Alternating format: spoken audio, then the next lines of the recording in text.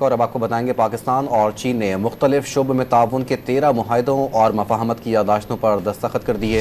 دونوں ممالک کے وزرائے اعظم نے گوادر انٹرنیشنل ایئرپورٹ کا ورچوئل افتتاح بھی کیا۔ جی ہاں، شہباز شریف نے چینی ہم منصب کو چینی باشندوں اور منصوبوں کی حفاظت مزید مؤثر بنانے کی یقین دہانی کرا دی۔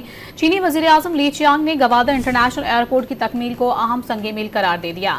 انہوں نے عسکری قیادت سے بھی ملاقات کی۔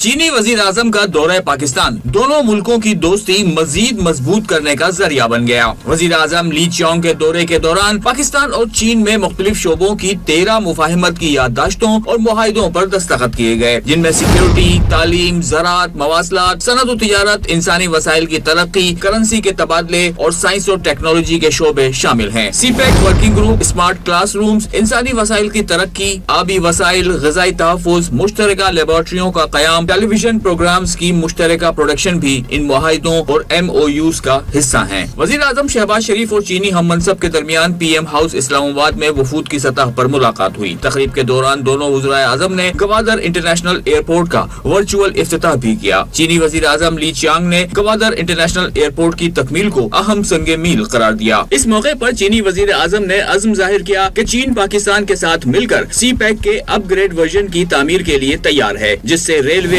ہائی ویز اور بندرگاہوں جیسے شعبوں میں بڑے منصوبوں کی تعمیر کو تیز کیا جائے گا۔ شہباز شریف نے پاکستان میں چینی باشندوں اور منصوبوں کی حفاظت کو یقینی بنانے کے لیے پاکستان کے غیر متزلزل عزم کا یقین دلایا۔ دونوں رہنماؤں نے اطمینان ظاہر کیا کہ سی پیک کے تحت تعاون ایک نئے مرحلے میں داخل ہو چکا ہے۔ ملاقات میں پاکستان میں چینی سرمایہ کاری بڑھانے کے حوالے سے حکمت عملی پر بھی تبادلہ خیال کیا گیا۔ چینی وزیر اعظم نے army chief general Asim Munir سے بھی ملاقات کی۔